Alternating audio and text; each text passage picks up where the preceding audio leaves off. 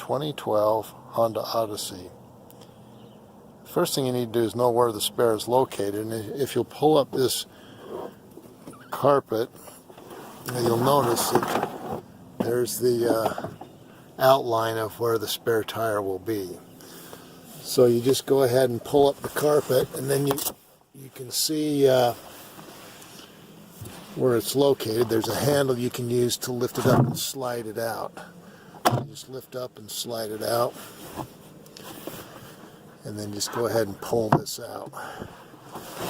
And there you have the spare tire with the tools that you'll need to change the tire. And it's pretty cool because they have a bag that you can actually store your tire in, or your flat tire, so that it doesn't make a mess all over. But and then it's got some instructions as to what you need to do in order to get the spare out.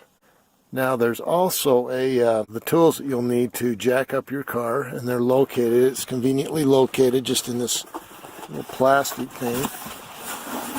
So you just go ahead and pull that out, and you can see I've already used it before. You can then just go ahead and pull the donut out. I call it the donut. It's just a small tire, and this is what you'll use to replace your flat tire with.